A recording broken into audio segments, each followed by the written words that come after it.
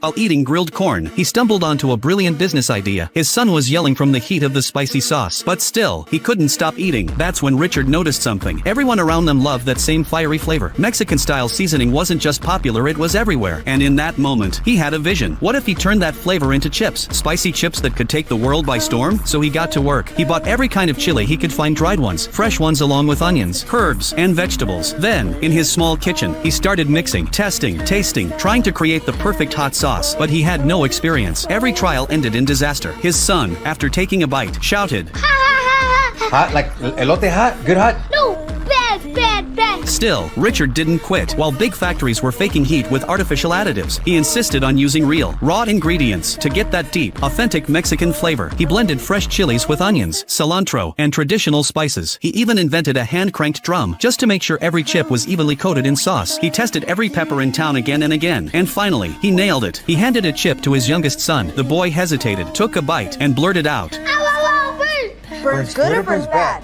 It burns good. That was it. Right there in his kitchen, they had created a legend. The world's most iconic snack, Flamin' Hot Cheetos, was born. But here's the twist. The man who created this world-famous snack was just the janitor. Richard wasn't a food scientist. He wasn't an executive. He was the guy who mopped floors in the very factory where those chips would one day be made. Richard had grown up poor in a Mexican-American family. As a kid, he brought homemade burritos to school. His classmates laughed at the smell and teased him. When his mother found out, she didn't back down. She packed him extra burritos and said, "Share them." So the next day, when the teasing started again, Richard stayed calm. He offered one of the kids a taste and pretended to take a big, delicious bite himself. One bite later, the teasing stopped. Another kid reached for a burrito. Richard stopped him and said, 25 cents. he didn't just win respect, he made his first sale. Word spread. Soon, he was selling burritos to half the class, and his piggy bank started to fill up. But life wasn't kind. Because of his undocumented status, Richard dropped out after elementary school. With no education and no path forward, he bounced from job to job, doing whatever he could to get by. Eventually, he landed a job as a janitor at a snack food factory. It was his first real job, and from day one, he made a promise to his supervisor, "I'll be the best janitor you've ever had." Even though the job was thankless, even though there were only 2 people in the department, Richard worked with passion and pride. Soon, he became fascinated by the factory machines. In his spare time,